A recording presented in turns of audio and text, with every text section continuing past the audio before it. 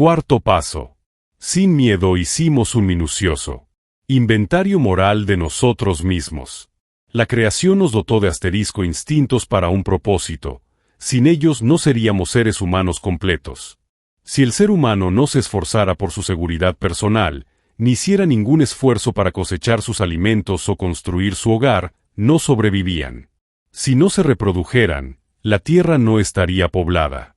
Si no existiera el instinto social, si a los seres humanos no les importara la compañía de sus semejantes, la capacidad de vivir no existiría. Así, estos deseos, de relación sexual, de seguridad material y emocional, y de compañía, son perfectamente justo y necesario, y desde luego son dones de Dios. Sin embargo, estos instintos tan necesarios para nuestra existencia, nos dominan e insisten en dominar nuestras vidas. Nuestros deseos sexuales, de seguridad material y emocional, y de obtener una posición importante en la sociedad, a veces nos tiranizan. Cuando los deseos naturales del hombre se descoyuntan, le ocasionan graves dificultades. No hay ser humano, por más bueno que éste sea, exento de eso. Puede decirse que casi todos los problemas emocionales son casos de instintos mal encausados. Cuando esto sucede, nuestro activo natural, que son los instintos, se convierten en riesgos físicos y mentales. El cuarto paso es un esfuerzo laborioso y vigoroso para descubrir cuáles han sido, y son estos riesgos en nosotros. Queremos descubrir exactamente cómo, cuándo y dónde deformaron estos riesgos nuestros instintos naturales. Queremos mirar de frente la desdicha que ella ha causado a otros y a nosotros mismos. Descubriendo cuáles son nuestras deformidades emocionales, causadas por estos riesgos, podremos corregirlas. Sin un deseo sincero y perseverante de practicarlo, es muy limitada la sobriedad o la satisfacción que podamos obtener. La mayoría de nosotros se ha dado cuenta de que es muy difícil de alcanzar la fe que obra positivamente en la vida cotidiana, si no se ha hecho sin temor alguno un minucioso inventario moral. Antes de abordar en detalle el problema del inventario, veamos cuál es básicamente el problema. El siguiente ejemplo resultará significativo si nos fijamos bien. Supongamos que una persona antepone a todo el deseo sexual. En tal caso, este apremio imperioso puede destruir sus oportunidades para lograr su seguridad material y económica y su posición en la sociedad. Otro puede desarrollar tal obsesión por su seguridad económica que no quiere hacer nada más que acumular dinero. Si va al extremo, puede convertirse en un avaro y en un solitario que se priva hasta de su familia y amigos. La búsqueda de la seguridad no siempre se manifiesta en términos de dinero. Muy a menudo vemos al ser humano asustado, que se empeña en depender de otra persona más fuerte que lo guíe y lo proteja. Este ser débil, al no poder enfrentarse con sus propios recursos a las responsabilidades de la vida, no crece nunca. La desilusión y el desamparo son su destino.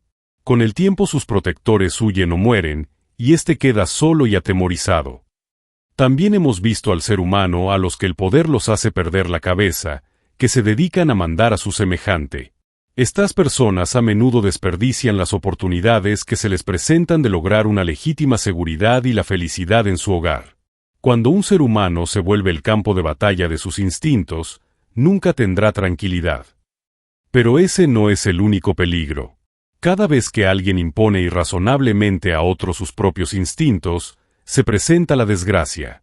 Si en la búsqueda de la riqueza, seguridad material, se atropella a los que se cruzan en su camino, se provocará cólera, envidia y venganza. Si se subleva el sexo, instinto sexual, se provocará un alboroto igual. Las exigencias de atención, protección y cariño exageradas a otro, seguridad emocional, propician en esas personas tiranía y repulsión, dos emociones tan malsanas igual como las mismas que las provocaron. Cuando el deseo de prestigio del individuo, instinto social, se vuelve incontrolable, ya sea en un círculo de amistades o en la mesa de alguna conferencia internacional, hay otras personas que se lastiman y frecuentemente se rebelan. Este choque de instintos puede producir desde una fría indiferencia hasta una candente revolución. Así pues, estamos colocados en un conflicto no solamente con nosotros mismos, sino también con otras personas que, como nosotros los alcohólicos, tienen sus instintos naturalmente. Nosotros los alcohólicos especialmente, debemos darnos cuenta de que el instinto desenfrenado es la causa fundamental de nuestra manera destructiva de beber. Hemos bebido para escapar del miedo, frustración y depresión. Instinto de seguridad. Hemos bebido para escapar del sentimiento de culpabilidad ocasionado por las pasiones, y luego hemos bebido para lograr más pasiones. Instinto sexual. Hemos bebido por vanagloria, para gozar los sueños más disparatados de pompa y poderío. Instinto social. No es agradable contemplar esta perversa enfermedad del alma. Los instintos alborotados obstaculizan la investigación, pues en el momento en que tratamos de sondearlos, estamos sujetos a sufrir varios tipos de reacciones. Si temporalmente estamos en el lado depresivo, estamos propensos a ser abrumados por el sentimiento de culpabilidad y repugnancia de nosotros mismos. Nos revolcamos en ese fango de sentimentalismo originando de ello un placer deformado y doloroso. A medida que tratamos de alcanzar esta melancólica labor, podemos sumirnos en tal grado de desesperación que llegamos a creer que el olvido es la única solución posible. Aquí hemos perdido todo sentido de perspectiva desde luego, y por consiguiente de humildad. Porque este es orgullo al revés. Esto no es de ninguna manera un inventario moral, sino justamente es el proceso por el que la depresión y la desesperación nos encamina a la botella y a la destrucción. Si por otra parte, nuestra manera de pensar natural se inclina hacia el fariseísmo o la grandiosidad, nuestra reacción será la opuesta. Nos molestaremos con la sugerencia que hace AA sobre el inventario moral. Seguramente que nos referiremos con orgullo a la vida ejemplar que creíamos llevar antes de que la botella nos hundiera. Pretenderemos que nuestros defectos serios de carácter, si acaso pensamos que los tenemos, eran ocasionados por nuestro exceso con la bebida. Siendo así, pensamos que la sobriedad es lo primero, lógicamente, y es lo único para lo que necesitamos esforzarnos. Creemos que en el momento en que dejemos el alcohol, reviviremos las buenas cualidades que habíamos demostrado tener. Si fuimos buenas gentes, excepto cuando bebíamos, ¿qué necesidad hay de hacer un inventario moral ahora que estamos sobrios? También nos aferramos a otro pretexto para tratar de eludir nuestro inventario. Nos lamentamos de que nuestras ansiedades y dificultades actuales son causadas por el comportamiento de otra gente y que realmente son ellos los que necesitan un inventario moral. Creemos firmemente que nuestra indignación es justificada y razonable, y que nuestros resentimientos están justificados. Pensamos, nosotros no somos los culpables. Son ellos. El alcohólico que piensa de esta manera, es en este proceso del inventario cuando los padrinos entran al rescate. Están capacitados para hacerlo ya que son portadores de los conocimientos que AA tiene del cuarto paso. Tranquilizan al recién llegado demostrándole primero que su caso no es extraño ni diferente, y que sus defectos de carácter no son más numerosos o peores que los de cualquier otra persona que está en AA. Esto se lo hace ver el padrino hablándole con franqueza y sin exhibicionismo, de algunos de sus propios defectos personales, pasados o actuales. Esta manera objetiva de hablarle resulta muy tranquilizadora y alentadora. El padrino aconsejará al recién llegado que posiblemente él tiene algunas cualidades para abonarse, aparte de sus riesgos. Esto lleva a disipar la morbosidad y a alentar la sensatez. El recién llegado podrá empezar a darse cuenta de sus propios defectos, tan pronto como empiece a ser más objetivo. Los padrinos de aquellos que no creen necesitar el inventario se enfrentan a otra clase de problema, porque las personas impulsadas por su amor propio no se dan cuenta del riesgo que corren. Estos recién llegados casi no necesitan de motivación. El problema es ayudarlos a encontrar una rendija en la cárcel que su orgullo los encerró, para que pueda llegarles la luz de la razón. Se les dirá a estos que la mayoría de los miembros de AA han sufrido severamente durante el tiempo que bebieron, porque creían que tenían la razón.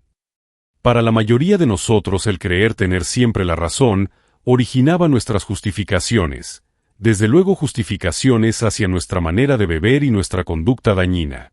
Habíamos hecho un arte del inventar excusas. Teníamos que beber porque nuestra situación era mala o porque era buena. Seguridad material. Teníamos que beber porque en nuestra casa nos agobiaban con cariño o porque no nos querían. Seguridad emocional. Teníamos que beber porque teníamos éxito en nuestro trabajo o porque fracasábamos en él. Teníamos que beber porque nuestro equipo había ganado o había perdido, instinto social. Y por todo esto y mil cosas más siempre bebíamos. 15 Pensamos que llevados por las circunstancias empezamos a beber, pero cuando tratamos de corregir esos errores y nos dimos cuenta de que no podíamos hacerlo, a nuestra entera satisfacción, nuestra manera de beber se volvió incontrolable. Nunca se nos ocurrió que necesitábamos cambiar para afrontar esas circunstancias, cualquiera que haya sido. Pero en A aprendimos poco a poco que había que poner alguna solución a nuestros resentimientos vengativos, la lástima de sí mismos y nuestro injustificable orgullo. Nos dimos cuenta de que con nuestras fanfarronadas nos estábamos echando en contra a los demás. Nos dimos cuenta de que cuando guardábamos mala voluntad y tratábamos de vengarnos de estos fracasos, en realidad nos estábamos golpeando con el palo de la ira que intentábamos usar contra los demás. También aprendimos que si estábamos seriamente perturbados, nuestra primera necesidad consistía en calmar ese disturbio sin importar quién o qué lo motivara. 17 Tropezamos con algunos obstáculos y tardamos en percibir de cómo nos convertimos en víctimas de emociones inciertas. Las podíamos percibir rápidamente en otras personas, pero cuando se trataba de nosotros, lo hacíamos con lentitud.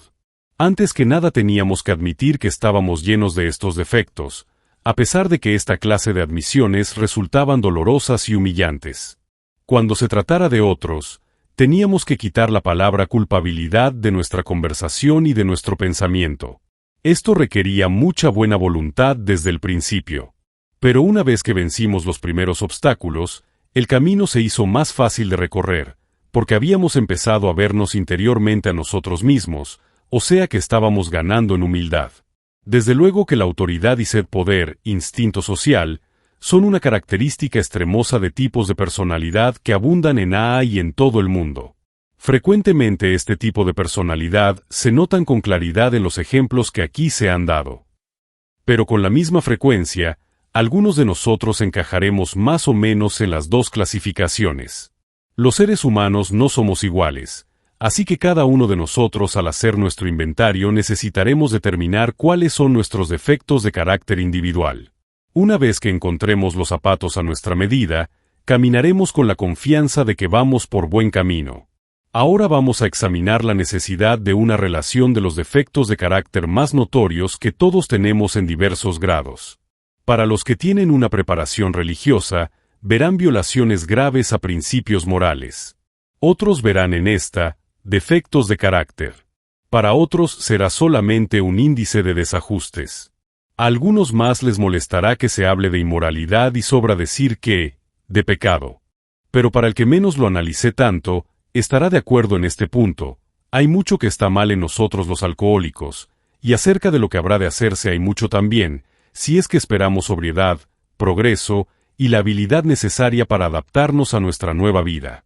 Para evitar confusiones sobre la designación de estos defectos, vamos a adoptar una lista universalmente conocida de los principales defectos humanos, los 7 pecados capitales: el orgullo, la avaricia, la lujuria, la ira, la gula, la envidia y la pereza.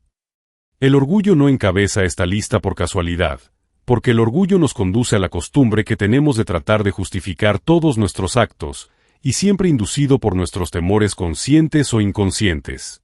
Es la causa principal de la mayor parte de las dificultades del ser humano. Es el principal obstáculo al verdadero progreso. El orgullo nos induce a interponernos a nosotros o a los demás, exigencias que no se pueden cumplir sin pervertir o hacer mal uso de los instintos que Dios nos ha dotado. Cuando la satisfacción de nuestros instintos sexuales, de seguridad material o emocional, y de compañía, se convierte en el único objetivo de nuestras vidas, el orgullo hace acto de presencia para justificar nuestros excesos.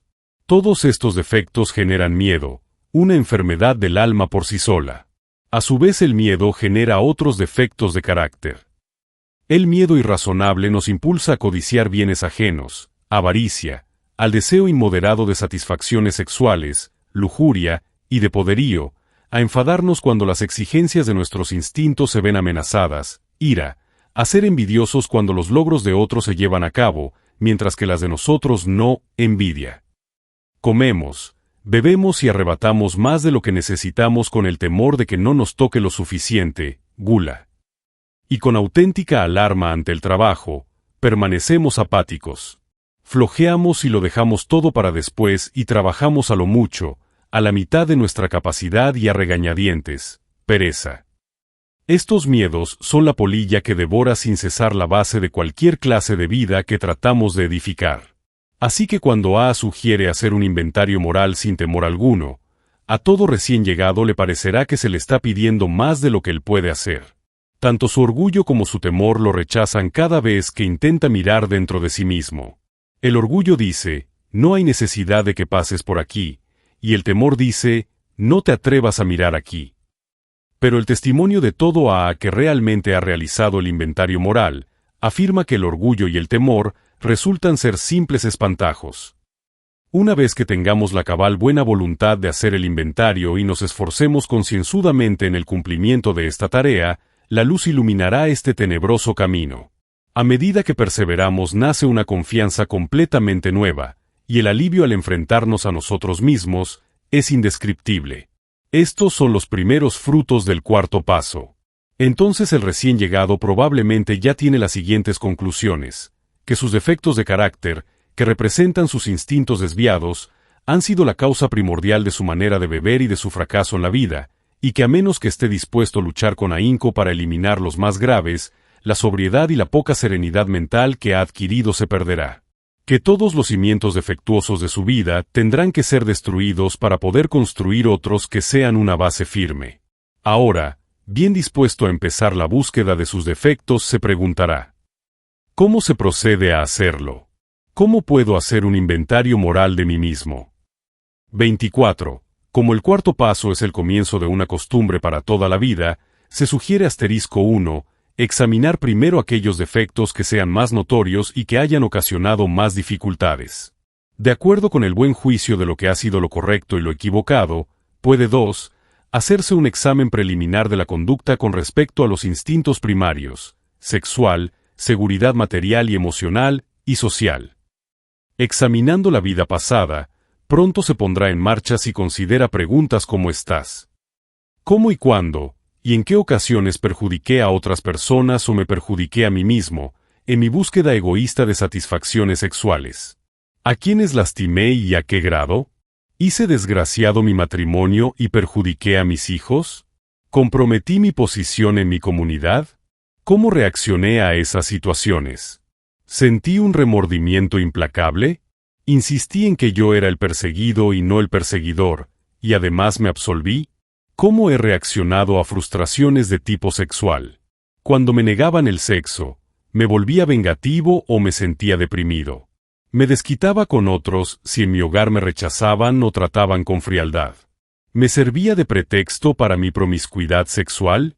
También son importantes para los alcohólicos las preguntas que deben hacerse con respecto a su seguridad material y emocional. En este terreno, el temor, la codicia, el acaparamiento y el orgullo muy a menudo han causado mucho daño. Examinando sus antecedentes en negocios o empleos, el alcohólico debe hacerse este tipo de preguntas. Además de mi problema con la bebida, ¿qué defectos de carácter contribuyeron a mi inestabilidad económica? ¿El puesto inferior en el trabajo destruyeron mi confianza y me creó un conflicto? ¿Traté de disimular ese sentimiento alardeando, timando, engañando o evadiendo la responsabilidad otorgada? ¿Me quejaba de que los otros no reconocían mis verdaderas aptitudes? ¿Me sobreestimé y hacía el papel de jefe? ¿Tenía alguna ambición tan inconsciente que traicioné a mis socios o a mis jefes? ¿Fui derrochador? ¿Pedí dinero prestado y nunca lo devolví? ¿Fui tacaño y avaricioso rehusándome a sostener a mi familia adecuadamente? ¿Quise progresar fácilmente y sin escrúpulos? Las mujeres de negocios o amas de casa que están en A encontrarán que muchas de estas preguntas también son para ellas. La esposa alcohólica también pudo haber ocasionado la inseguridad económica de su familia. Pudo haber tergiversado las cuentas corrientes incrementando los gastos o manejar mal el presupuesto destinado a la alimentación de su hogar. Pasarse las tardes jugando y compró todos los alcohólicos que han perdido empleos, familia y amigos, por su manera de beber, necesitarán examinarse detenidamente y despiadadamente para poder determinar cómo sus defectos de personalidad contribuyeron a destruir su estabilidad. Los síntomas, efectos, más comunes de la inseguridad emocional son las preocupaciones, la ira, la lástima de sí mismo y la depresión. Estos síntomas nacen de causas, que algunas veces parecen estar dentro de nosotros mismos, y otras parecen venir de fuera. Para hacer un inventario relacionado con estas causas, debemos considerar cuidadosamente todas las relaciones personales que nos acarrean dificultades, ya sean continuas o periódicamente. Debe recordarse que esta clase de inseguridad puede aparecer en cualquier terreno donde los instintos estén amenazados. Las preguntas relacionadas con la inseguridad emocional pueden ser: mirando el presente y el pasado, ¿qué clase de situaciones sexuales son las que me han causado ansiedad, amargura, frustración o depresión? Valorando cada situación con sensatez, ¿puedo darme cuenta en qué consistía mi error? ¿Me acosaban estas dudas porque tenía exigencias egoístas e irrazonables? ¿Mi perturbación era ocasionada aparentemente por la conducta de otros?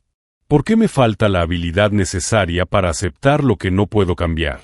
Estas son las preguntas fundamentales que pueden revelar el origen del malestar del alcohólico e indicar si puede alterar su propia conducta, y así ajustarse serenamente a la autodisciplina. Supongamos que la inseguridad económica despierta constantemente estos sentimientos. Puede preguntarse: ¿hasta qué punto han sido alimentadas por mis propios instintos, mis destructivas ansiedades? Y si las acciones de otras personas son parte de la causa, ¿qué puedo hacer al respecto?